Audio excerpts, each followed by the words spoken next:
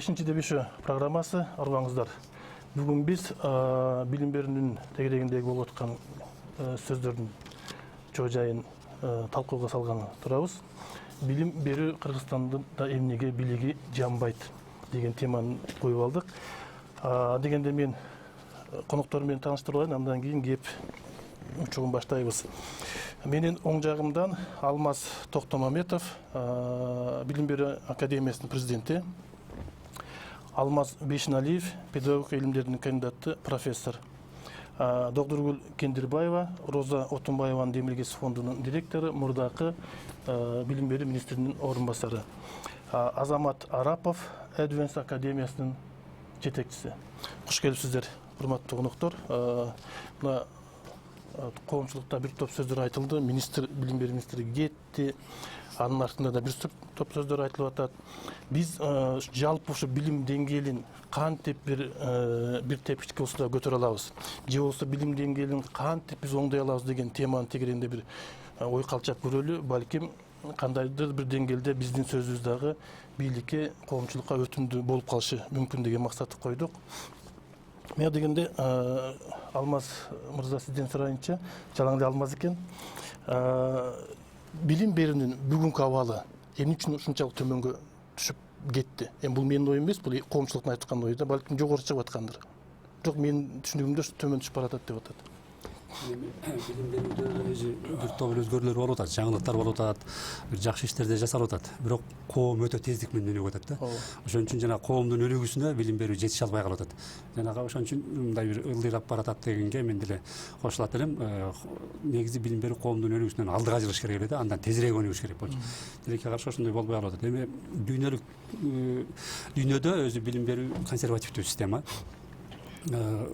Мындай бүгүн салган акча эле же бүгүн жасаган аракет эртең натыйжасын бербейт да, муну пландуу түрдө алдын ала кетиш керек. Мисалы Финляндия азыр дүйнөдө эң мыкты билим берүү системасын көрсөтүп атпайбы?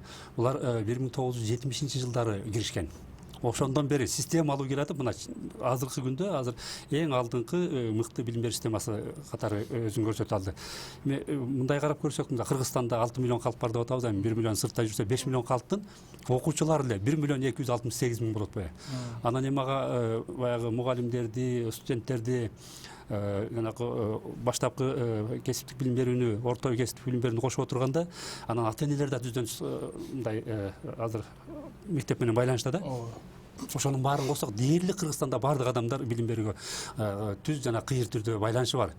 Мындай чоң система жок, башка билим берүүдө чоң система жок да. Ошон үчүн бул өтө оор багыт. Алмаз ага, мен ушул жерден бир сөзгө кошкум келип турат да. Билим берүү тармагы бул жеке эле окуучулар же студенттер үчүн эмес, бул коомдо биринчи катарда тура турган система. Же болсо бийлик деп ойлойм да. Анткени бүгүн мамлекетибиз чаржайт. Бүгүн керек болсо идеологиябыз жок. Бүгүн биз кайсы жолго баратарыбызды да билбей келип атабыз. Мына көкүрөктө мен кыргызмын, менин мамлекетим деп туруп, мамлекетти пайдаланып түзүп, эртеңки келечекке муунга бериш үчүн бүгүн жалпы 6 миллион кыргыздын бардыгында окумушта билим болуш керек эле да. Билим саясатын жасай албай келет азыр ошон үчүн. Туура эмеспи? Мен буга кошулам. Бул мен айтат элем, билим берүүнү көтөрөбүз деген мамлекет биринчи принцип бул бир эле билим берүү системасын карап отура бербеш керек. Качан гана азыр өзүңөр айткандай коомдогу бардык тарап, ошол билим берүү системасындагы адамдар, ата-энелер, жергиликтүү бийлик, республикалык бийлик, коомчулук биригип бир багытта аракет кылса гана ошондо мындай бир натыйжа чыгат. Анан эми жашырганда эмне? Биз билим берүү системасынын ичиндеги түзүмдөр бири-бири менен кармашканчылар бар. Анан ошондо жыйынтык чыкмак беле.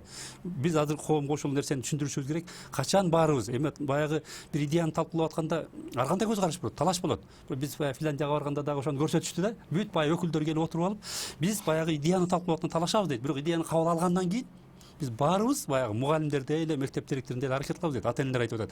Алар айтып атат, анткени мугалимден дагы дейт, мага керек дейт, бул менин балам деп атпайбы? Ооба. Анын үчүн директорге керек, мугалимге керек, мага керек болбош керек дейт. Жергиликтүү бийлик айтып атат, өкүл айтат. Ошол биздин жана өсүп аткан балдарыбыз, мектеп системасы бул биздин таянычыбыз дейт. Бийлик ошентип атат да, ошондой системага Кыргызстан келе албай атат. Эмнегедир жанагындай бөлүнүп жарылуу Кыргызстандын ичиндеги билим берүү системасынын ичинде да бар да. Анан мени өкүндүргөн нерсе ошол билим берүү системасынын өзү баягы элдин башын баарын бириктирип, ошону айтат элем, билим берүү министрлиги коомдогу баардык тармакты бириктире турган күчтүү министрлик болуш керек. Анан мындай ошого дарамети жетиш керек да. Боло албай атабыз да. Ошону боло албай атабыз. Себеп сиздин оюңуз? Менин оюмча мунун ички тышкы факторлору бар. Билим берүү тармагын өнүкпөй жаткан сиздер жана жогоруда белгиледиңиздер. Тышкы фактор бул коомдун билим берүүгө кайдыгер карап жаткандыгы. Ички фактор катары министрликтин өзүнүн астында курамдары болгон жалпы билим берүү мекемелеринин ичинде чечилбей жаткан маселелер. Эгер ички маселелерге кайрыла турган болсок, менин оюмча билим берүү министрлигинде эң орчун маселелердин бири бул формалдуулукка кармалып калышкан да. Формалдуулуктан сыртка чыкпаган иштер бар. Бул эмне деген сөз? Жасалып жаткан проекттер, долбоорлор, иш-чаралар көбүнчө эми региондорго, жергиликтүү баягы жерлерге жетпейт да. Баягы жасалып жаткан жакшы ой пикирлер, реформалар болуп атышы мүмкүн, бирок ошол нерсе жалпыга сиңбей жатат да. Ошо айыл жергесине чейин жетип, ошол ишке ашуусунда бир үзгүлтүктөр учурап жатышат. Экинчи маселе менин оюмча бул комплекстүү бир подход жок болуп атат бул билим берүү тармагында. Анткени билим берүү тармагы жогоруда белгилеп атабыз, эң чоң тармак бул 2 жаш, 3 жаштагы бала бакчадан баштап 70 жаштагы илимий ишин жактап аткан циклга чейин, илимдин докторлугун жактап атканга чейинки бир контингентти камтып атат да. Бул ар бир үй бүлө менен тиешелүү маселе деп атабыз. Ошондуктан бул маселени уюштуруп атканда ортодогу ажырымдар болбош үчүн баягы системдүү бир мамиле керек болуп жатат да. Анан эң чоң нерсе, биз дүйнөдө тенденция кандай баратат, ошол нерсени чынын айтканда илимий өңүттө ошону анализдеп, Кыргызстанда биз рынокто кандай адис керек, биздин билим берүү натыйжасында кандай адистер чыгыш керек, кандай результат болуш керек, ошонун да нормативдери жөнүндө кандай таңсыздыктар бар да жазылуу боюнча. Мисалга алып көрсөк, Кыргызстанда эле жогорку окуу жайлар бүтүрүп жаткан ошо адистер канчалык деңгээлде биздин рыноктун шартына жооп берет же керек деген суроо бар да.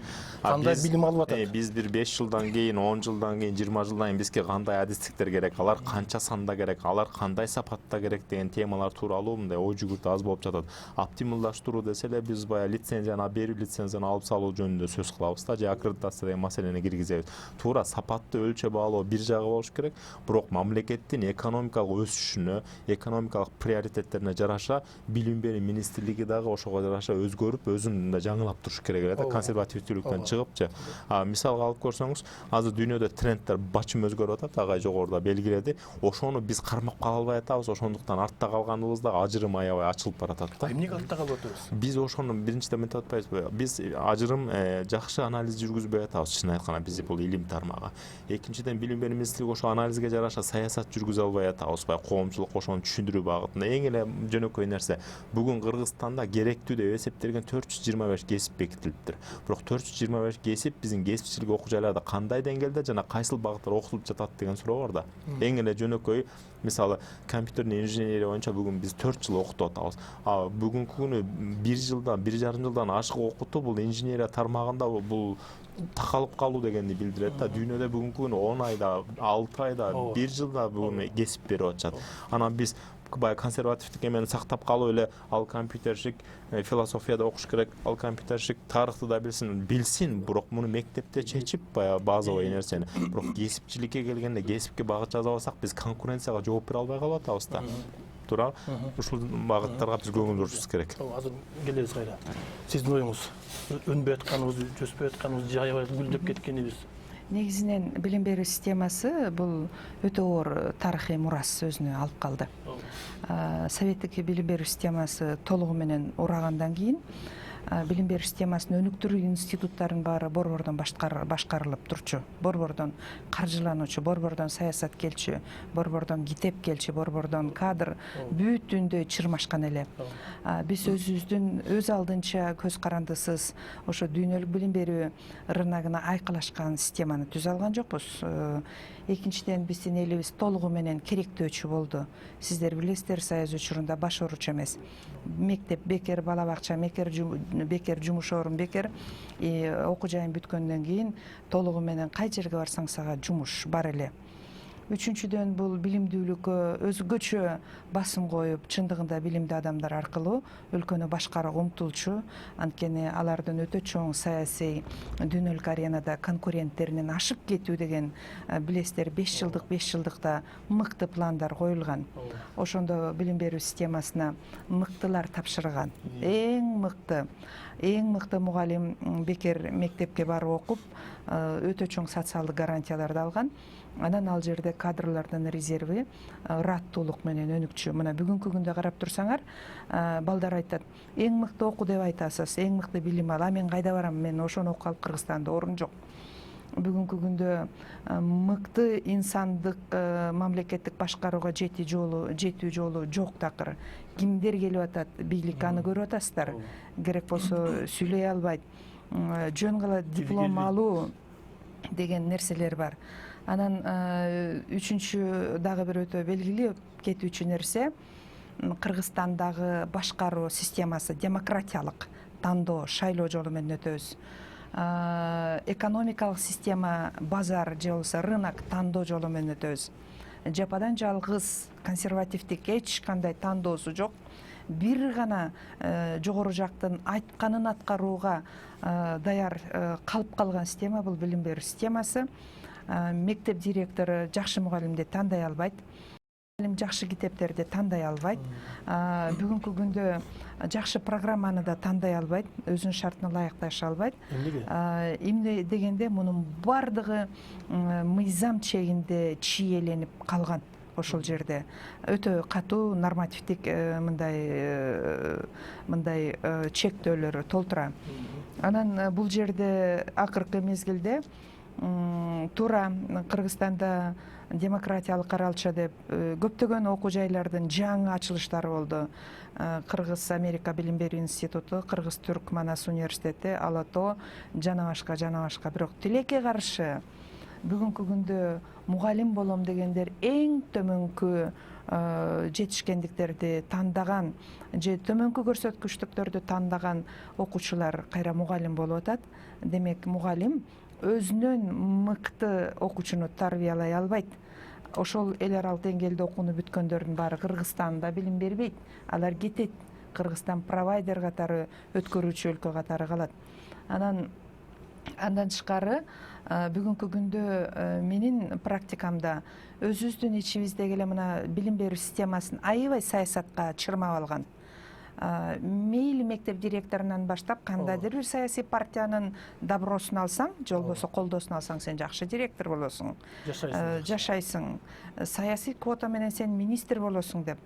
Бул жерде билим берүүнүн жетишкендиктери боюнча баалоодогу натыйжа эмес, сен кандайдыр бир багыттарга, кландарга же саясатка кызмат кылсаң сен ийгиликтүү болосуң деген бул ошол жердеги бүтүндөй бир багытта кызмат кылуу билим берүү системасындагы кызмат көрсөтүүнүн сапаттуу натыйжасын жокко чыгарып алып келет. Бул эч качан баардыгы айтат, жаштар айтат, айрыкча Финляндия системасын алып келиш керек деп айтат. Бирок Финляндия системасы деген бир чоң машинени алып келип коелу Кыргызстанга. Ал жүрө турган жол даярбы? Жолдун абалы жакшыбы? Аны сапаттуу бензин куя алабызбы? Аны ошол Финляндия системасын башкара турган айдоочубуз барбы? Ошол жалпы Финляндия деген системага отурган жүргүнчүнүн маданияты кандай? Же биздин троллейбустар сындырып, бүлүнүп, талкаланып, бул комплекстүү нерсе.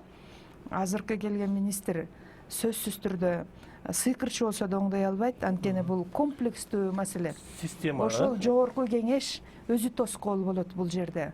Анткени ошол директор аны шайлоо округунда бир таяныч болуп берген адам. Райондук билим берүү системасы кандайдыр бир шайлоо системасында бир жакшы кызмат көрсөткөн адам.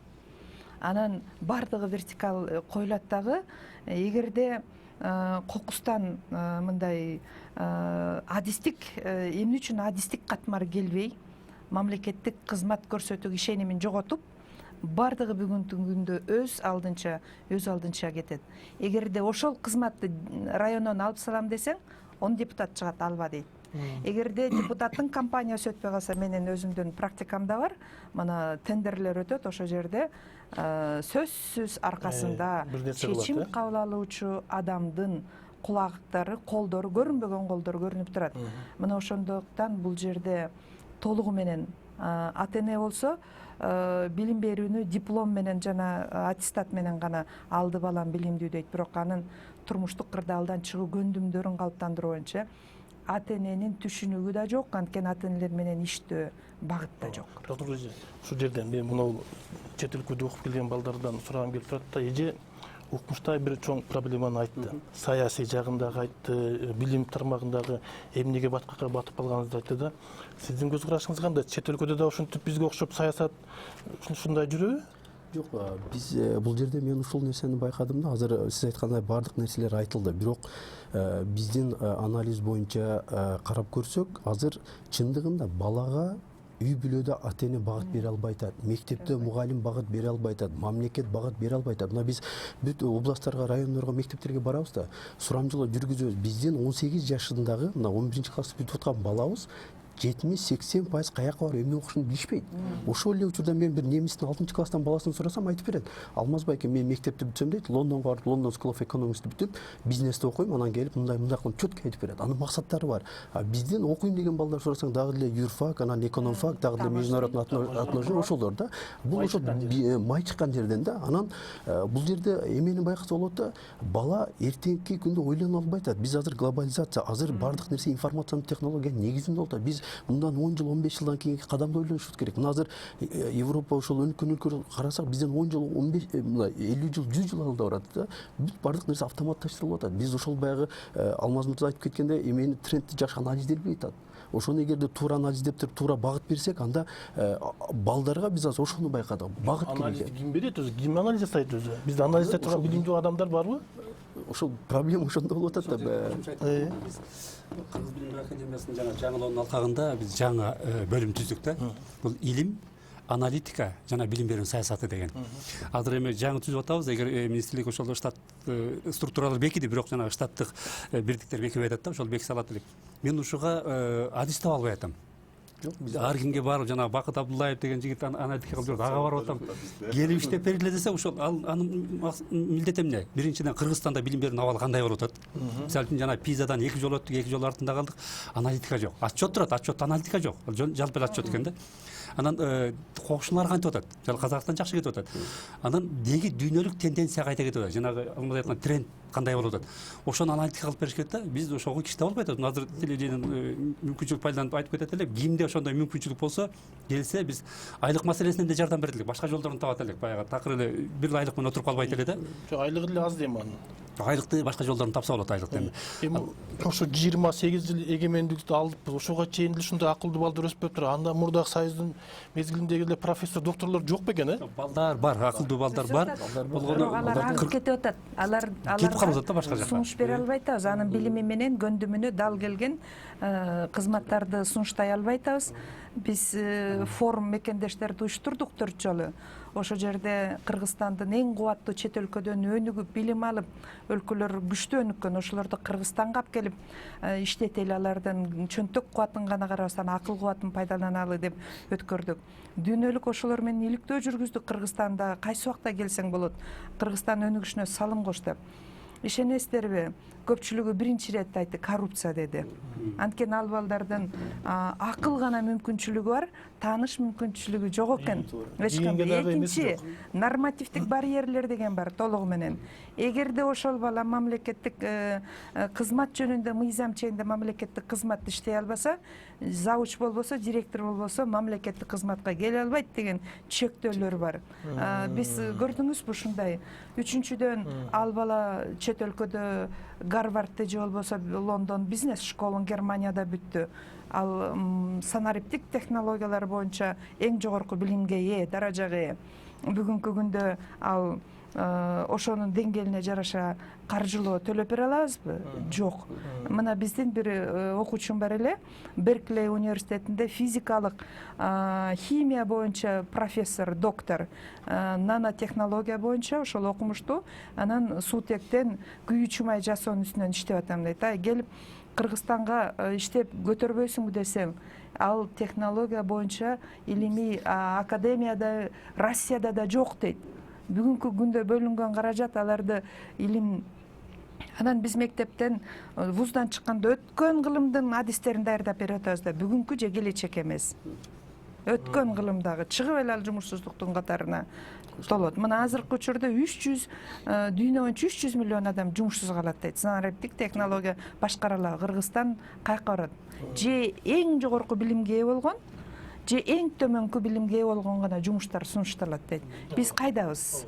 Демек, ошондо ушул балдардын келүүсүнө мамлекетке эксперттик база топтомун түзгөнгө сунуштадык форумда.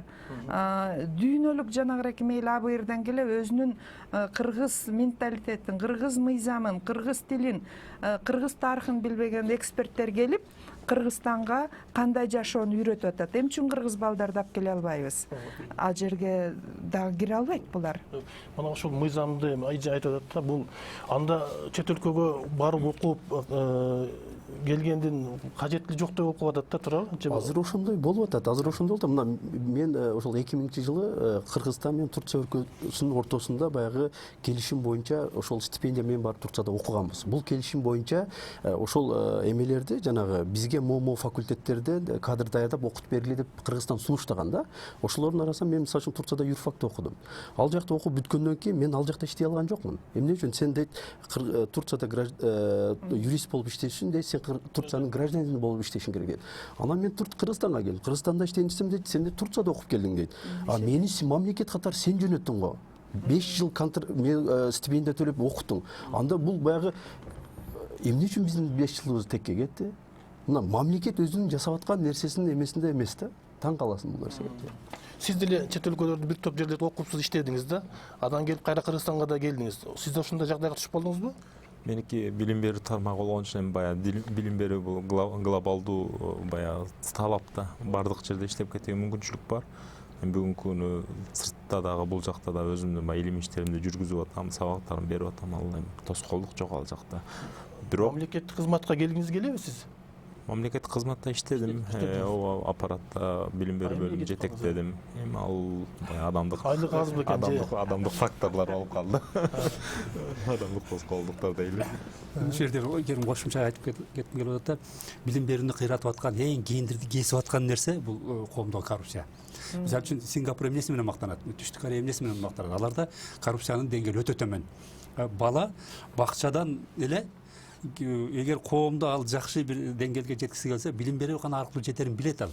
Ал жанагы жетиги депутат тууганынын же өкмөттөгү баягы кудасынын же болбосо дагы бир акчасынын күчү менен бир коомдо акыбалга жетпейт да. Бүгүнкү күндө бизде мектептеги балдар көбүнчө жанакы мындай коомго умтулууга эмес. Анан биз өзүбүз дагы жанакы анын жоопкерчилигин мугалимге жүктөп коюп атабыз, директорго жүктөп коюп. Жанакы коррупция жок жерде андай эмес. Ал жерде жанакы класстагы баланын санын көбү дагы мааниге ээ болбойт. Анткени балдардын баары өз алдынча жанталашып окуйт, а мугалим консультант. 60 бала болобу, аны топ-топ кылып консультация бере берет да. Биз жанакы ар бир баланын жоопкерчилиги ошол мугалимдин колунда. Биз баягы тескерисинен туруп калганбыз да, пирамида мындайынан туруп калып, ошого кете албайт. Ошон үчүн биз жанакы мамлекеттин коррупцияга каршы күрөшүн аябай колдойт элек. Бул билим берүүнү такыр эле мындай сызга отурууга негизги себеби ошол да. Ооба. Мына коррупцияга каршы күрөшүү негизи керек эле да. Сиздердин министрлик эмне менен кетип калды? Эмнеге кетип калды? Туруп эле кетип калдыбы? Шак эч нерсе болбой туруп эле. Себеп не болду? Эми мен айтат элем, ушул жерде бир нерсени жеке пикирим, мен бир топ министр менен иштешип калдым. Бирок ошол министрлердин ичинен мындай жакшыраак иштегени ушул Кудайбердиева болчу, Гүлмира Каримовна. Чынын айтканда, маселени тез чечип, биз мен мисалы көп кайсы маселе менен кирсем, мындай кээ бир министр чечпей туруп алган маселе тез чечип, анан маселенин өзөгүн түшүнчү эле да. Бул жерде мен ошол ойлоп атам, система бул бир кишинин колунан келип, жана сиздер айтып аткан азыр башка министр келсе деле ал бир өзгөчө бир жаркыратып ийет дегенден коруп турабыз да. Ал буга чейин деле айтылып келди. Бир ошол кол алдындагы бир кызматкерди кетире албай атпайбы? Бир кызматкерди кетирип коюп, мына соттошуп отурушат. Ал ошол кызматкерди кетирейин десе эле, тияктан депутат чалат, же президенттик аппараттан чалат, же өкмөттөн чалат. Ушундай бир жанагындай министрдин колу бутун байлаган система болуп калыптыр да. Анан бүт баарыбыз эле ар жакты карап, министрден көп нерсе көз каранды болбой калган ал. Анан мектептер боюнча контейнер деп атат. Министрдин эч кандай тиешеси жок да. Мектеп салганга министрдин тиешеси жок.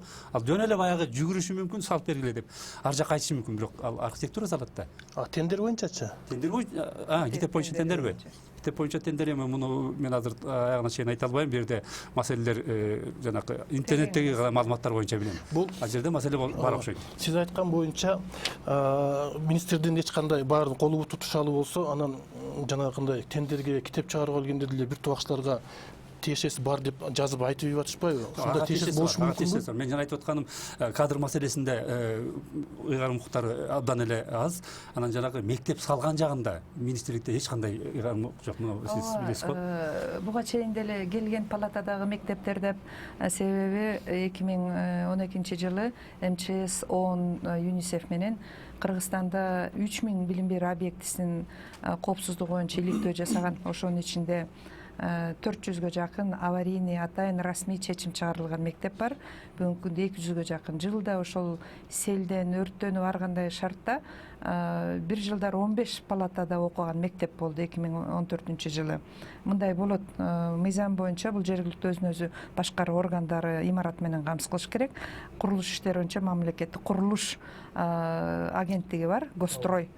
Ал эми экинчи маселе тендер боюнча өтө чоң сатып алуулар учурда сөзсүз түрдө коррупциялык мындай компонент коштойт, кызыкчылыктар болот. Мен өзүм практикамда деле айта алам.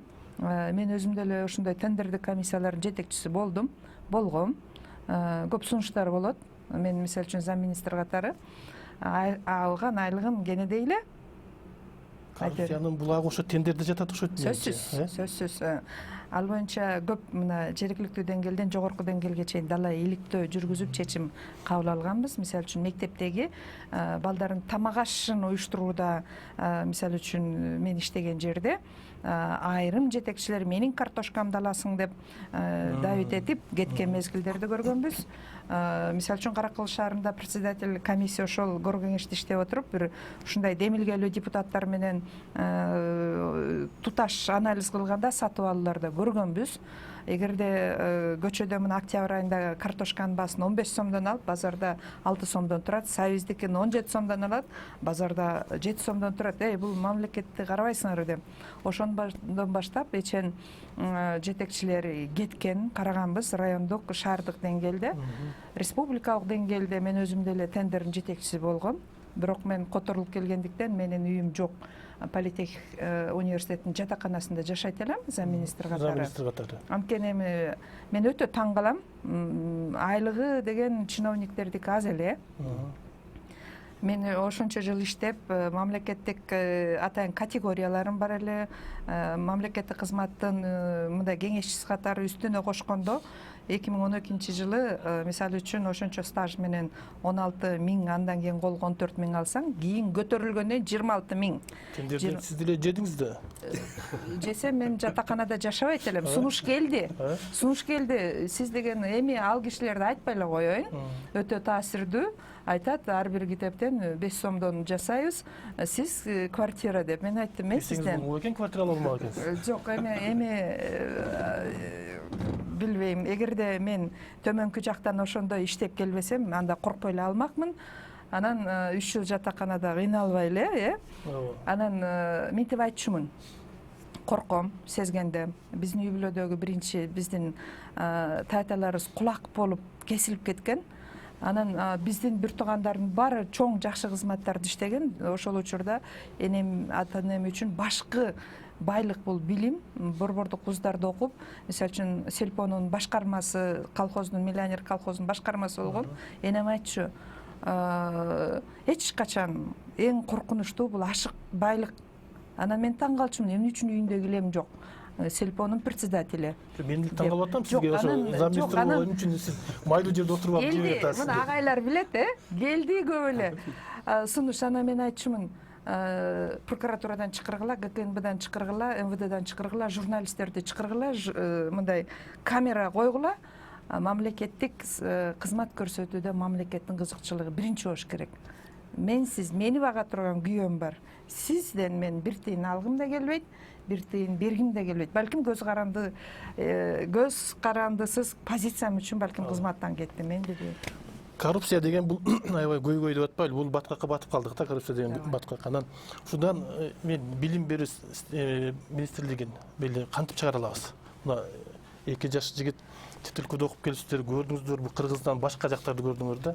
Канткенде биз ушул системаны балким өзгөртө алабыз. Биринчиден баардык нерсе башында баягы билим турат деп атпайбызбы? Ошо баланы тарбиялап баштагандан баштап биринчи адамдык баалуулуктарды туура бериш керек. Бүгүнкү күндө эң эле жөнөкөй маселе билим берүү министрлигинин ичинде бул тарбия концепциясы камтылган эмес. Баягы тарбия берүү боюнча министрликтин милдеттери алынып салынган. Тарбияны үй бүлөдөн алыш керек, ал эми баягы предметтик сабактарды мектептен окуш керек деген багыттачы. А бирок ошо билим берүү менен тарбия экөө айкалышкан маселе болуп атат да. Ошол нерсени баягы фундамент кезде, бала кезден баштап ошо министрлик баягы жоопкерчиликти алып, ата энелер менен бирге, коом менен бирге ошо адамды, идеалдуу адамды баягы калыптандыруу боюнча министрлик өзүнүн иш чараларын жүргүзүп, ошонун концепцияларына камтыш керек. Ал эми өзү ичинде жүрүп жаткан маселелер боюнча сөзсүз баягы мугалимдин статусун көтөрүү боюнча, ошого шарт түзүү боюнча өкмөткө болсун, коомчулукка болсун, бул боюнча коңгуроо кагыш керек. Анткени бүгүнкү күнү алып жаткан айлык менен мектеп директору болсун Өзгөрүү жок. кагылып атат, бирок баягы аз-аздан болсо да өсүш болуп атат да. Бул чоң контингент болуп атат да. 110 миңге жакын бүгүнкү күнү билим берүү тармагында иштеген кызматкер бар. Бул эң чоң баягы бюджетте турган тармак катары каралып атат да. Ал эми көрүп атасыз, бизде билим берүү тармагы экономикага салым кошпогон тармак сыяктуу бул соц тармак деп бөлүнүп келет да. Швейцариянын мисалын карап көрүңүз, чет элден мисал деп атасыз. Экономика министрлиги менен билим берүү министрлиги бир министрлик. Эмнеге десең, алар айтып атышат, бизде экономикабыз инновацияга, илимге, билим берүүгө байланыштуу. Биз ошол аркылуу экономикага салым кошобуз. Ошон үчүн бул билим берүү экономический бөлүм катары карап атат. Мына Англиянын мисалын карап көрөлү. Англияда билим берүү тармагынан өлкөнүн бюджетинин 24-25%-ын билим берүүдөн табышат. Булар ошо англис тилин жайылтуудан, ошо сабактарды өтүү, университетке чет мамлекеттен окуучуларды тартуу маселелери боюнча. Өкмөттө баягы туризм боюнча кластерде иштеп атканда мен сунушумда айттым эле. Бул билим берүү тармагы туризмдеги эң чоң тармак. Мисал карап көрөлү, Кыргызстанда бүгүнкү күнү 15 миңден ашык Индиядан келген, Пакистандан келген студент окуйт. Булардын минималдуу контракт акчасы $5,500, $6,500 тегерегинде акча төлөшөт. Алар бул жерде жашап атышат, билет алып келип атышат, налог төлөп атышат, болгон нерселерди колдонуп атышат да. Анын мунун баарын карап көрсөңүздөр, бул 15 миң баланын тегеретесин $10,000 жылда көрүп атасыз. Канча миллиондон акча бул жерде айланып атат. Эгер биз университеттерге ошол академиялык эркиндикти берсек, билим берүү системабызды эл аралык деңгээлге шайкеш келтирсек, сапатты камсыз кылсак, ошону талап кылсак, ошону текшерсек, биз ушул жерде Кыргызстанда билим берүүнүн чордону катары, ошо билим берүү экспорту деп атат мына доктор. Ошол нерсени уюштурууга толук мүмкүнчүлүк бар ушул мамлекетте. Анткени мамлекетибиз кичинекей, ийкемдүү мамлекет. Ушуну жасап кетүүгө толук баягы мүмкүнчүлүк бар. Анан ушулар келсе, анан университеттер акча табат. Акча тапса, мугалимдерине премиялык негизде акча кошулатынына көрүп атасыздар. Кээ бир жогорку окуу жайлар бизде бүгүнкү күнү өздөрүнүн персоналдарына кошуп атышпайбы. Ушуну уюштуруу аркылуу баягы илимге шыктандыруу башталыш керек дегендей. Моюнга алыш керек. Коррупцияга каршы аракеттер билим берүү министрлигинде жүрүп жатат. Эң биринчи, сиздер билесиздер, бул жалпы республикалык тестилөө биринчи коррупцияга каршы инструмент. Болбосо биздин учурда жогорку окуу жайда кимдин таанышы иштейт, кандай барыш керек эле деп эле самсалап эле күтүп турган эне аталарды билесиздер. Тесттеги жана балдарды карасаңыздар, бир убакта кайсы окуга тапшырасың деп айтса дагы ортонун жыйынтыгынан кийин мен айтам дейт. Экинчи, мына электрондук системалардын кириши, мун үчүн сиздер билесиздер, 2013-жылы ошо коррупцияны кыйратуу боюнча атайын мамлекет саясат кабыл алган. Көп өлкөлөрдү таанып билип, Грузия, мына Европаныкын таанып билүү менен электрондук каттоолор кирди. Ошондо дагы өзүбүздүн кулк мүнөзүбүздөгү жалкоолук, кыргыз элиндеги башка улуттар эч качан менин баламды моюга киргиз деп мындай акча бербейт. Биз өзүбүз эле жакшы мектепке киргизип койсок эле сөзсүз бардык маселе чечилчүдөй болуп калган адаттагы эң жаман нерсе. Кызматка киргизүүдө деле коррупция балким мындай бытовой мындай ыраазычылык болбосо, мугалимдин кызматка келишинде мыкты мугалимге өзү жүгүрөт келчи деп. Анан балким тендер маселесинде райондон баштап мындай кандайдыр кызмат ордунун улам жогорулаган сайын чечим кабыл алуу органдарында болбосо, кызмат көрсөтүүдөгү коррупция да азайып баратат. Элибиздин өзүбүз да күнөөлүүбүз. Артыкчылыктуу баланы өнүктүрүү деген артыкчылыктуу багыт жок. Мына карасаңыз, 4 этаж үй салса дагы үйүндө 4 китеби жок. 4 машинеге убакыт тапса дагы баласын жетелеп алып 4 мүнөт аны менен окуп киного, театрга, тарбия деген ошол. Тойкананын баардыгын салынып алышы аптеканын мындай да, жалаң тамак ичет, абдан катуу тамак ичиши мүмкүн, анан абдан катуу дарыланышы мүмкүн. Бирок ошол учурда аптека менен тойкананын болушу бул көрсөткүч, индикатор деген. Ал эми карасаңыз балдарды өнүктүрүүдө, жетелөөдө балдар аянтчалары такыр жокко өнүктүрүүчүлүк аянтчалары өтө чоң. Дагы бизде кемчилик ата энелердин жоопкерчилигин калыптандыруу институту билими да жок. Биз эната менен иштейбиз, монтип айтсак, 5 жашка чейин балаң менен абдан жакшы иштегин. Бүт ошол мезгилде жакшы, жаман деген, акты, кара деген коркунучтун баарын ошол жерде калыптандырып коет экенсиң жеке көрүү сезимдерин десем, мен муну кайдан үйрөнүшүм керек деп айтат. Бул жөнүндө сөзүңүздү кечиресиз. Азыр ошол биз мамлекетти эле карап калдык да, мамлекетти карабастан азыр мына жеке менчик эмелерге көрүп мүмкүнчүлүк бериш керек болот. Азыр мына биз өзүбүздүн ошол ата энелерде ошо баламды кантип өнүктүрөм, эмне кылам деген бир бара турган жери жок да. Биз мисалы үчүн азыр биздин ошо академияда JAC системде, Japanese American German системде бир жаңы бир методика иштеп чыктык да. Бул мисалы үчүн япондордо кандай? Ар бир япондун күнүмдүк, жумалык, айлык, жылдык планы бар. Бир япон менен мисалы үчүн отуруп кофе ичпейлүү, жолукпайлуу сиз ал айтат, мен карап көрөйүнчү кайсы күнү кайсы саатта убактым бар экен дейт. Ал убакытты аябай туура пайдаланат. Балага кичинекейинен мисалы үчүн мен ошо Японияда жүргөндө бир семьянын үйүнө барчумун. Бир күн завтрак кылып отурсак, 19 жашында баласы бар. Мамасы ошол жерден бул айдын квартплатаны качан төлөйсүң деп баласынан сурап атат. Мен таң калдым. Кандай квартплата десем, алмаз дейт, бизде япондордо ата эне милдети баланы окутуп тарбиялаш дейт, 18 жашка чейин дейт. Мектепти бүткөндөн кийин кантип чыгып, кантип жашат ал өзү билет. Эгер 18ге чыгып дагы биле биз менен жашаса дейт, как положено квартплата төлөш керек. Мен качанга чейин мунун кирин жууп, тамагын жасайм дейт. Муну билген япондун балдары 15 жашына чыгып өздөрү аракет кылып иштей баштайт. Ата эне айтып атат, бул жерде мен максатым баладан акча алыш эмес дейт. Максат дейт, баланы самостоятельно болгонго үйрөтүш керек дейт. Муну ошондой эме. Бизди 40ка чыккан баласын багып жүрөт азыр, 50ге чыккан баласын багып жүрөт. Ошон үчүн биз дагы азыр биринчиден жашыбыздан балдарга туура максат койгонду, максатка жетиш үчүн сөзсүз түрдө бир баланын план түзүш керектигини, анан ошол планды ишке ашырыш үчүн баягы дисциплина менен аракет кылганды үйрөтүшүбүз керек болот. Ошо балага чейинки ата эненин акыл парасатын да караш керек болуп турат. Ошол нерсе, мына мен азыр ошол нерсени байкадык да, ата эне өзү дагы ошону бере албай атат да. Потому что ата эне келет, мен айтам баламды оку дейм, тигине мына министр, депутаттар келип отур, балам мени укпайт дейт. Албетте укпайт сизди. Кечинде кээ бир ата энелер суйсак айтат, жумуштан келебиз, мамасы телевизордо, папасы телефондо, анан балдарды окугула дейт. Бул туура эмес. Мисалы үчүн немистерди алып карасаңыз, кечинде отуруп жок дегенде 1 саат китип окушат. Немистерде үйүндө телевизор жок. Балага болгон 15 мультфильм коргонуга телефон да бербейт. Мисалы балдарга жөнөкөй телефон берет. Биз укмушта чоң телефондорду берип атабыз го балага. Жок, ошол бизде ошол болуп атат да. Немистин баласына мисалы үчүн туулган күндө эмне подарок этесиң десең айтат, мага тиги автордун могу китебин берчи дейт. Биздики планшет бер, тигини бер дейт. Анан ошол немистердей болуп, биз баягы немистерде треугольник деген системасы бар. Ата эне, бала, анан мектепте баягы колледж канцлер деген бар. Үчөө жумасына бир айда бир жолугуп отуруп турат. Анан мугалим ата энеден отчет алып турат. Үйдө бала кандай болуп атат, эмне болуп атат. Мугалим ата эне мугалимге келип бала кандай окутат. Мына ошондо гана бир ийгиликке бара алабыз да. Сиз бир азыр Японияны айтып калбадыңызбы?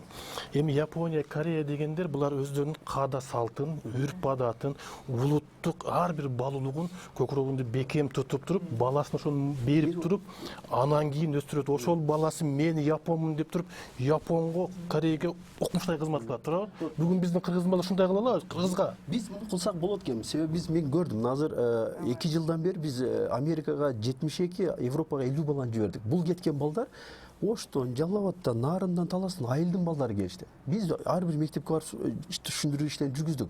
Мондой мүмкүнчүлүктөр бар. Европага барып окусаң болот, Америкага окусаң, баардык нерсе акча эмес, аракет кылса баары болот деп. Ата энеге да түшүндүрсө болот. Ата энеге айтыш керек. Мына бизде ата эне акча жок дейт, акча бар. Эмне үчүн? Потому что кредит 5 миң, 10 миң доллар алып болсо да той өткөрөбүз. Ошол тойдун ордуга балага инвестиция кылганды үйрөтүшүбүз керек болот. Азыр 2 жылкыны сатса, 2-3 миң доллар, ошону менен баланы спокойно Европада окута аласың. Ата энеге түшүндүрсөң, түшүнөт экен. Азыр мына ата энелер келип атат. Бизде ошол бир программа иштеп чыктык, өзүн өнүктүрүп. Балага 15 жылдык план түзүп атабыз. Мисалы үчүн сиз 7-класста балаңыз болсо, алып келесиз, сиз менен отуруп, баланы текшерип көрүп, жөндөмдүүлүгүгө карап, балага 10 жылдык план түзөбүз. Бул бала эртең 11-классты бүткөндө кайсы өлкөгө барып эмнени окуш керек. Анан ошого карап бала ошол өлкөгө барып, мисалы үчүн бизнести же информатиканы окуш үчүн эмне кылыш керек? Англис тилди мыкты билиш керек, баланын интеллектуалдык деңгээлин көтөрүш керек. Бизде балдардын интеллектуалдык деңгээли өтө төмөн. Мисалы үчүн элементарный суроо сурагандан уялышат да. Анан интеллектуалдык деңгээлди биз кантип көтөрүшүбүз керек? Интеллектуалдык деңгээлди көтөрүүнүн себеби баягы балдар китеп окушпайт, аң сезим тар да. А биз отурдук. Азыр баланы кантип эме кылабыз? Атайын балага план түздүк. Балага азыртадан көбүрөөк китеп окутканды, мисалы үчүн Америкадан атайын бестселлер китептерди алып келип. Бул китептер көбүнчө убакытты туура пайдалануу, максат коюу, максатка жетүүнүн жолдору, ийгиликтүү сырлары, ийгиликтүү адамдардын өмүр баяны сыяктуу балага мотивация бере турган. Андан сырткары азыртадан балдарга баягы изилдөө кылганды, презентация жасаганды, проблеманы чечкенди, мына ушуларды үйрөтүш керек болуп атат да. Азыр дүйнө ушуга баратат. Балага 4 эле нерсе керек. Эгер бала англис тилин мыкты билсе, албетте кыргыз тилин эне тили болгон үчүн билиш керек, өзүнүн тарыхын билиш керек. Ошол эле учурда компьютерди мына программа жагын жакшы билсе, интеллектуалдык деңгээли баланын жогору болсун и жанагы эмени креативный инновацияны үйрөнсөк, мына ошол жетет. А бизде кандай? Мектепте 15 сабакты коюп койгонбуз, бала мектепке баргысы келбейт. Мына кече политехтен инженерия окуп аткан баланы Германияга кетти да. Инженерия окуп аткан бала айтат: "Менде Манастанов физкультура сабагым бар" дейт байке дейт. Эми элестет, мына Америкада бир семестрде 4 эле сабак окуйт. 3 кредит 12 саат да. Эми жана сиз айттыңыз, ошол чет өлкөгө кетишти. Ал кыргыздын балдары эртең келип алып мен өз өлкөмө келип иштейин десе, иштей албай атпайбы? А эмнеге анда биз чет өлкөгө чыгарып атабыз? Бул нерсени унутуп атабыз да байке. Биз келип мамлекеттен иштешим керек, мамлекеттен күтпөшүбүз керек. Келип биз мисалы ошол жакта 5 жыл 10 жыл окуп атат. Ошол утпайбы? Биз сыртка чыгаргандан кийин ошол бала мыкты болуп келип алып туруп, мына кыргыздын жерин гүлдөтүш керек да. Туура. Анан сыртка кетип калып эле ошол жакта жүрө бербеш керек, туура? Аны гүлдөтүп мындай азыркы Кыргызстандын мындай биздин союздан чыгып эркиндикке чыкканыбыздын көп пайдасы болду. Көп билим, көп тандоо, көп мүмкүнчүлүк жок дегенде жана курулуштун кандай түрүн үйрөнүштү балдар. Мен өзүм ушул боюнча китеп жаздым, ата-энелер менен иштөө боюнча 2 китеп. Абдан ошол биз тынымсыз энеталар менен иштейбиз жана жайлоо өнүгүү борборлору айылдан балдар менен иштегенде ушунчалык муктаж. Алар биздин Япониянын белгилүү жазуучусу Масари Ибуканын 3төн кийин кеч деген китебин 3 жолу чыгардык, алышты. Анан башкалар да контрабанда кылып чыгарды. Мейли дедик. Баардык башат ошол ата-энеде. Ата-эне өзүнө мыкты баланы тарбиялай албайт. Анткени анткени баалуулук. Мектепте 4 саат же 6 саат болот. 18 саат кайда болот? Ата-эненин кучагында болот да. Анан үйүндө бир жабыркаган балага мектепти жазалайт бүгүнкү күндө. Анан жок дегенде китеп сатып берүү маданияты. Анан жана сиз Американы айттыңыз, биз мекендештин үйүндө жашадым Америкада. Анан кандай экен билим берүү деп баланын сабагы менен карасам, бүт үй бүлөсү менен жасайт экен сабакты. Проекттик технология. Анан мисалы үчүн ошол жерде мага таң калтырганы эмне болду сенде десем, биз билген эмеспиз дейт. Булар бакубат кызматта иштейт, ошо бүткүл дүйнөлүк банкта иштешет. Бул жерде күндө тест алат экен дейт сабактан кийин. Бул сабакты даярдаганда кайсы маалыматты пайдаландың? Библиотекаданбы, интернеттенби, китептенби? Ошол авторлору ким экен? Мындай бирөө эле айтып койбосун үчүн. Кайсы баракчадан алдың? Экинчи, сага ким жардам берди? Эжең жардам бердиби класстагы? Үчүнчүсү, үйүңдөн ким жардам берди? Атам, энем жардам берсе кайсы боюнча деп. Биз билген эмеспиз дейт да. Бир күнү келди дейт, расмий кызматтан дейт. Алар анан эле силер деген жаман энат экенсиздер, мындай кооптуу топко турдуңар, жазалануу дейт. Жанагы эки ненадежный деп туруп аларга кредитке доступ жана чектөө катуу экен. Мына ушул системанын биринчиси болду. Анан кийин эле болот. Анан кийин эле биз дейт аябай уялып суранып, биз андай эмеспиз. Эми балам сабакка даярдаганда дейт, мени жазып кой деп айтабыз дейт да. Менди көрсө ошол жерде балам жаза бериптир дейт. Жок атам, жок энем, жок өзүм эле деп. Көрдүңүзбү? Мына жакшы идея айтып атасыз. Бул кыргызга азыр ошо кредит бербей коем, балаң менен окубасаң деген жерден киргизип коет. Кыргыздын баары чуркап барып баласын окута тура албайбы? Ушундай система киргизсе болбойбу? Ушундай системада киргизсе болот. Просто жакшы болсун идея. Мындай комплекстүү кетиш керек да. Мен азыр баягыдан бери жанагы суроого ойлонуп калдым да, жанагы билим берүүдө коррупцияны кантип чөйсө болот деген. Бир болот атпайбы? Жанагы Долбур Шашенов айткандай аракеттер бар. Жанагы бала бакчага электрондук кезек, 1-класска электрондук кезек, жанагы ИСО деген маалымат система кирип атат. Бирок билим берүүдө азыр мындай бир рыноктук мамилелер кирбей атат да жакшы. Мына окуу китептери боюнча атаандаштык, анан вариативдүү, альтернативдүү китептер кирген жок да. Анан бир эле китеп чыгат. Мисалы ушунчабыз бир китеп жазсак, мисалы тарых китебин жазалы дейли, 7-класстыкын. Анан 5-өбүздөн 6-дан бирөө өтөт дейли. Колго күчү жумшайсың да. Гонорарын деле берейин китеп чыгып калсын деп. Эгерде ушунун ичинен 3 өтөт, мыктылар өтөт, анан мугалим тандайт, окуучу тандайса, анда башка мамиле болот да. Ошондой нерселер жанакы бүгүнкү күндө калып калып атат да. Ошон үчүн бардык жерде атаандаштык болуш керек. Жанакы директорге алып атканда дагы атаандаштык менен тандоо системасы тандаш керек. Окуу китебин да тандаш керек. Бүткүл дүйнөлүк практикада стандартты гана берет, билесиз да. Аны сен бул китептен аласыңбы, Асановдукынан, Ахматовдон, интернеттенби, чет өлкө ошол стандартты аткарсаң болду деген сөз бар. Анан ошондо изденүү, рынок, ошол басмаканалар, жазуучулар ошол стандартты алат, ошого жараша китептер даярдай баштайт. Анан булар карайт, стандартка дал келеткен кете берсин. Религиялык каршылык жок, гендердик каршылык жок, экологиялык мыйзамдык каршылык жок деп анан булар чечим чыгарып берет. Анан кийин бир математикадан жалгыз Моронук эмес, 15 китеп болот. Ошондо анан тандайт.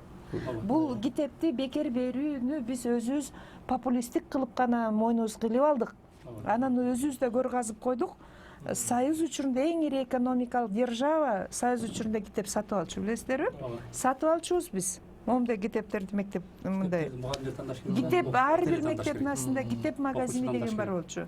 Издечүбүз картадан баштап, азыр жок да андай. Мына биз азыр реформанын бир сонун бир идеяларын айттык да. Ушуну эртең билим берүү министрлигине сунуштап турган ушуну киргизип ушуну ишке ашырса болобу? Болот. Эмнеге ашыра албай келет атабыз? Мен жанакы министрликтеги деги эле билим берүү системасында бир эки кемчиликти көрүп атам да. Мына билим берүүдө жасап аткан иштер боюнча дагы коомчулукка жакшы айтылбайт. Коомчулук билбейт, эмне болуп атканын да билбейт. Анткени билим берүү министрлигинин ошо деги биздин дагы Кыргыз билим берүү академиясынын негизги милдеттерибиздин бири бир ушундай болуш керек. Эмне жасалып атат же жасалат. Муну коомчулукка айтып, анан коомчулук менен бирге ошолорду тартып, өзүбүз эле аракет кылып баягы тырбалаңдай бербей, коомчулуктун күчүн дагы өзүбүзгө тартып, бириктирип, ошондой кылса ишке ашат да. Анан ачык айткандык болуш керек. Алмаз агай, бир эле мисал айтайын да. Биздин фонд саясаттан тышкары жалаң адам ресурсун өнүктүрүү боюнча иштеп атабыз. Жаңы технологиялар, жаңы идеялар, дүйнөнү көрсөтүү, китеп чыгаруу. Биз меморандум түзөлү дедик. Биз министрликке жамандай чогуу кетели. Мейли жана бала бакчадан баштап баарын өнүктүрүп атасы. Түзө алган жок. Ошондой эле күчтөрдү пайдаланыш керек да. Буларды бир министр, келген министр дайым мындай универсалдуу баарын билем деп айтат. Ал өзүнүн кемчилигин окуганды, үйрөнгөндөн мындай алсыздай сезет. Чыкырсын балдарды. Чыкырсын, эксперттер көп кантип өнүктүрөбүз деген 3 эле өнүктүрүүнүн 3 суроосу бар. Эмнени өнүктүрөбүз? Эмнеге өнүктүрөбүз? Кантип деген механизмин бирге чечиш керек. Ошондо отуруп алып анан керек болсо министрлер өзүнүн сотруднигинин кабинетине барбаган министрлер бар. Кандай иштеп атат? Керек болсо Кыргыз билим берүү академиясынын жана китеп талаш окумуштуулар кеңешине барбаган министрлер бар, басып барбаган. Анан кантип жыйынтык чыгарат? Кантип талаш болуп атат? Кимди тандап атат? Эмне үчүн китеп өтпөй атат деп өзү анализ кылмайынча инстинкт же эмоция менен чечим кабыл алуу болбогон нерсе. Жакшы айтып тастадым. Мына экөөңүздөрдү мен Фейсбуктан көрүп калдым. Ушу министр болсо жакшы болот эле, ушулардын билими бар эле, ушулар кыйын эле деп атышат да. Барат белеңер, барбайт белеңер? Мен жооп бербедимби? Эртең кандайдыр бир жексур министр болгучу эжей бойдон кала берейин. Барышыңыз керек болот. Мойну жакшы болуп атат. Бүтүндөй жок, эми мен ансыз деле окутуп атам. Ансыз деле аларды жаңы технологиялар боюнча кеп эле кресло эмес. Кресло эч кимге эч качан жетпейт. Сен даярсыңбы? Чабакты мен өтө таң калам. Чабак урбаган балдар барам деп атат да. Мисалы үчүн жанагы Нурсултан деген жигит 26 жашта барам деди. Мен машинеге отурганда таксиге монтип карап отуруп, токтолуп калган адамга барып отурам. Билим берүү системасы өтө сезимтал. Бир мектепте бир класстын бир баланын муктаждыгын биле албасаң, сабакты баалаганды билбесең, китепке анализ бере албасаң, мугалимдин сабагына анализ бере албасаң, мектептин ишине анализ бере албасаң, рай системага мугалимдин кесин өркүндөтүк анализ бере албасаң, балеге сен анан саясатты жакшыртууга бара аласыңбы? турмуштук тажрыйбаң болбосо, бул жашоо шарты көрбөсөң, анан кантип асманга секире бересиң? Мен бир ситуацияны айтайынбы? Кечире сурайм. Жалаң палата мектептери болуп калды да, кыйкырып эле анан биз министрлик иштеп атасыңар да 14-жылы или 13-жылы анан ноокатка бардым да. Анан барып эле эң биринчи немени тарттым. Жана расписанияны тарттым. Шакыт эле тартып алдым. Эл менен кездештик. Кездештип отуруп, дагы районду айтпай эле анан аябай катуу айтып атышат. Биз өлгөн атабыз, палата стройка жүрүп жатат. Анан аким отурабыз, барыбыз анан эл менен анан болуптур дедим. Урматтуу аким, сизде сунушуңуз барбы десем, эч кандай сунушум жок дейт.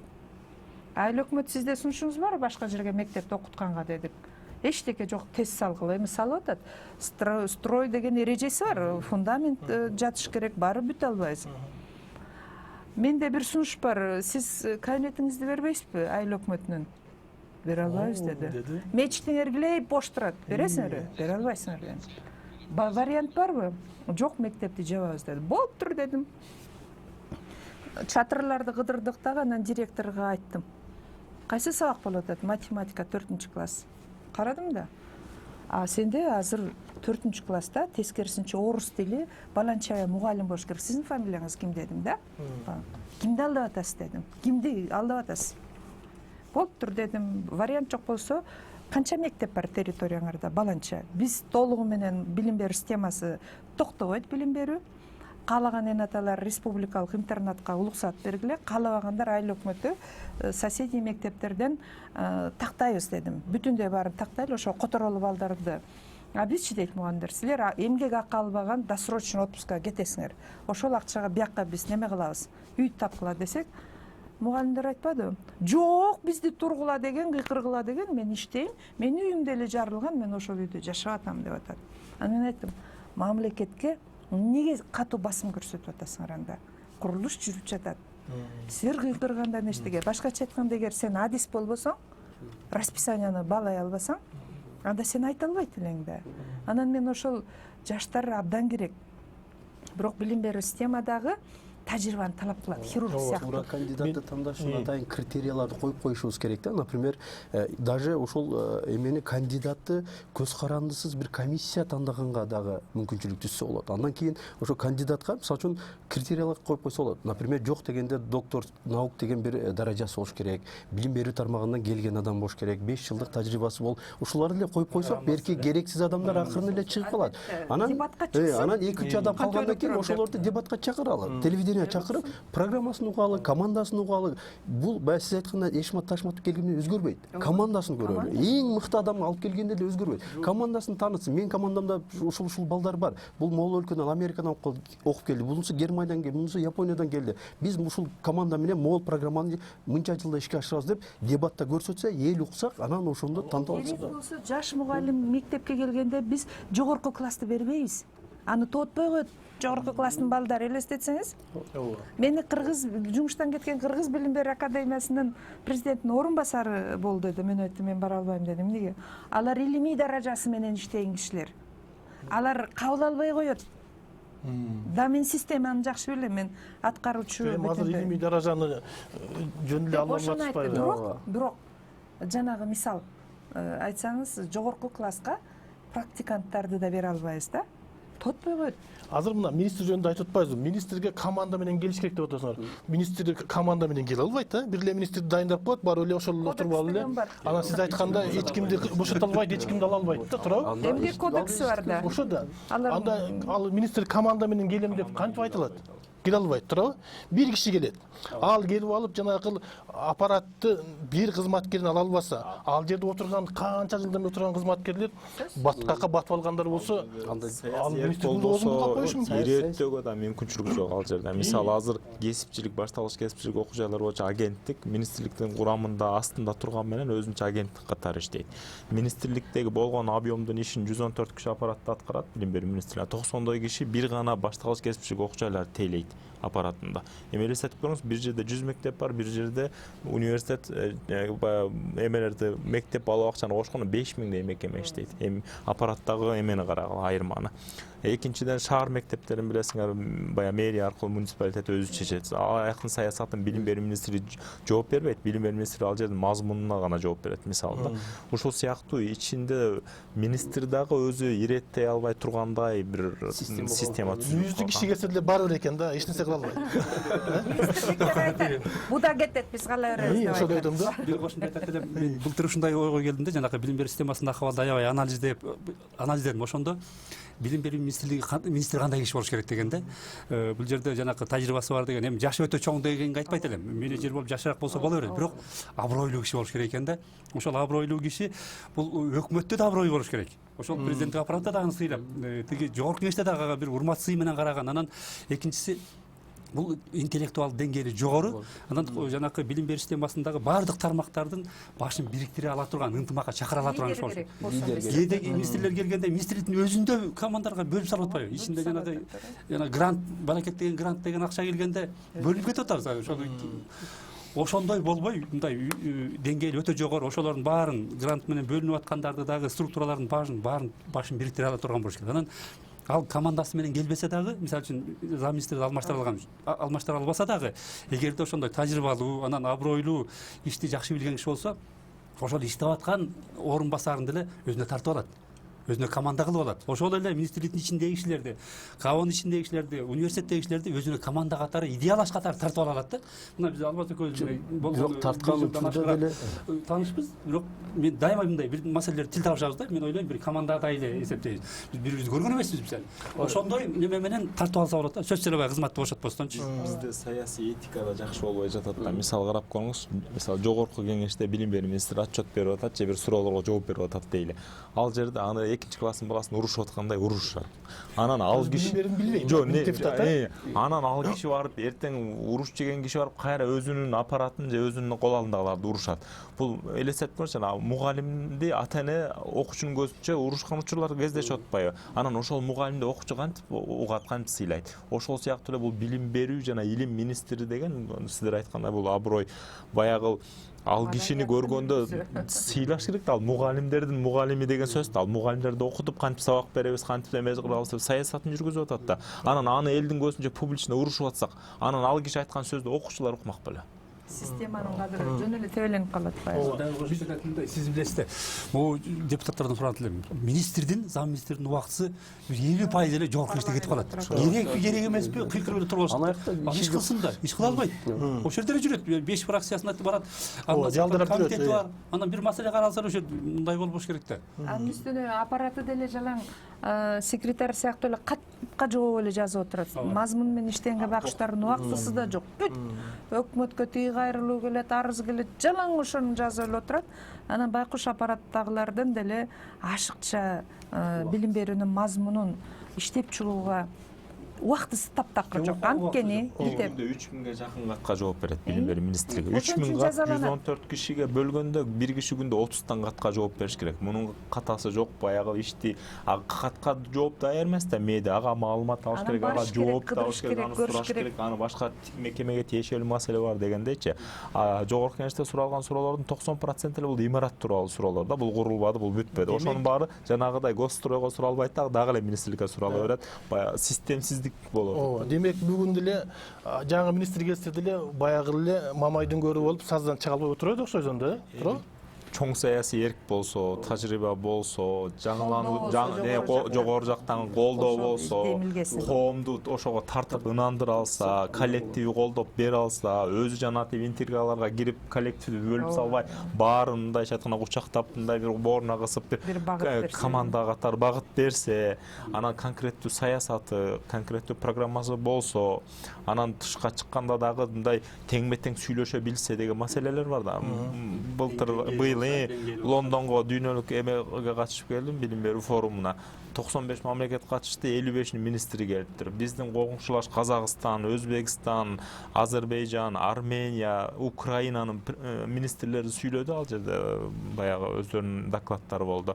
Жалаң англис тилинде, эл аралык деңгээлде чыкканда баягы кофе брейк учурунда башка министрлер менен баарлашып келишимдер түзүп атышат, окуу материалдарын талкуулап атышат. Бизден эч ким чакырбай койду. Министрликте бирөө англисче сүйлөбөйт да, министр да, зам министрдин төртөө тең англис тилинин аасын билбесем эмне кылабыз? демек биздин убактыбыздар бүтүп калды, уже бизге бөлүнгөн убакыт. Менимче жакшы ойлор айтылды, атасынан көрө мына министр келип иш кылат экен деп карап отурбай, ошол биринчи кезекте билим берүү системасында адамдар өзүбүз жардам беришибиз керек да. Ошого кол бут болуп мындай аракет кылып, сунушубузду берип, ишибизди жакшы кылышыбыз керек. Анан бир кишиден карабаш керек, анан министрликте карабаш керек. Баарыбыз анан коомчулукта киши жардам берсе, менимче келген министр деген жеңилдик болот эле да. Керек да, келгиле бар. Министр дагы министр тапшырма койгонун да билиш керек. Бир өзүнчө идеясы болуш керек, туурабы? Идеологиясы болуш керек. Билим берүү системасын кантип мына саздан чыгарып кетем деген бир өзүнчө ой мүддөсү болуш керек, туурабы? Ошондо министр келиш керек деп ойлойм да. Каяка баратабыз? Биздеги эң чоң маселе ошол. Мына азыр кече карап калдым, 5 алдыңкы билим берүү тармагында Сингапур, Финляндия, Канада, Австралия айтып атат. Визионду биринчи коет экен. Биз кимбиз, каяка барабыз, ким болгубуз келебиз? Вот ошол. Мына ушундай эмени, ушундай маселени биз коюшубуз керек деп ойлойм. Ишиңиздерге ийгилик болсун. Биз кийинкиде көрүшөбүз. Саламатта калыңыздар.